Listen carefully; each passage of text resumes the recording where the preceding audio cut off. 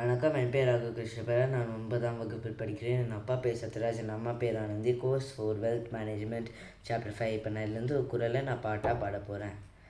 செவிக்கே உணவு இல்லாத பொழுது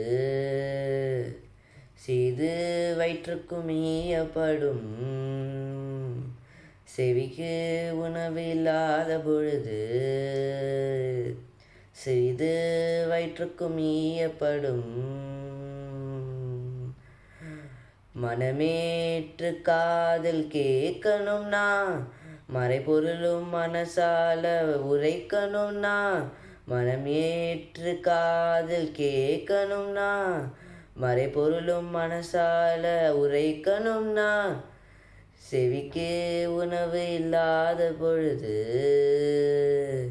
சிறிது வயிற்றுக்கும் ஈயப்படும். நன்றி.